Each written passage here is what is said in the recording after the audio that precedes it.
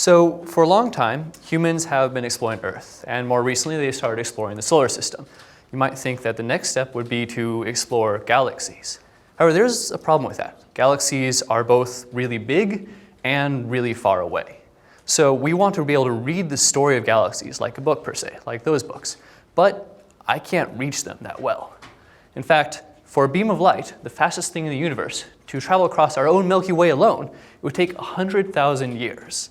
And then to get to our nearest galaxy, it would take another 2.5 million years. That's a long time.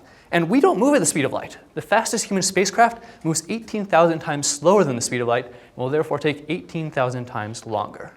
Maybe there's a different option then. Maybe, instead, we can make a galaxy of our own. We can create a virtual galaxy using computer simulations. Then we don't have to go anywhere to explore this galaxy.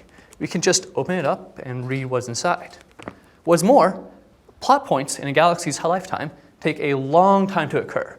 Collisions between galaxies can occur over this time over a few billion years, which is quite a long time, more than the time that I'm willing to wait around for. But with our virtual galaxy, we can just open up, read all the way through the entire history. So how do we create a virtual galaxy? What do we do in order to create a computer-simulated galaxy? Well, we know what the universe was like 13 or so billion years ago, shortly after it formed. And at this time, matter was spread pretty evenly throughout the universe. And then, thanks to the pull of gravity, which pulls everything together, it started collapsing and forming clumps. And these clumps attracted other clumps, which grew into larger clumps, and attracted more clumps, and it snowballed until we had the first early galaxies. And then, when we had the first early galaxies, we can put this all into a computer simulation. We can put it all into a supercomputer and watch what happens as it advances through time. You have to follow the physics correctly, but if it's done carefully and cautiously, you can figure out and create a galaxy like it looks today.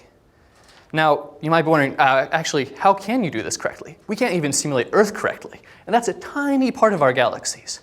However, we can actually talk about the overall behavior of the galaxy just fine. We don't have to know all the molecules in the animal in order to get an overall behavior for the animal itself. So what we can do then is watch the entire galaxy evolve and try to get that behavior correctly. Try to find a story that looks like it was written by nature. This is what I do in my research with others every day. I try to find a story that looks more and more like it was written by nature. Thank you.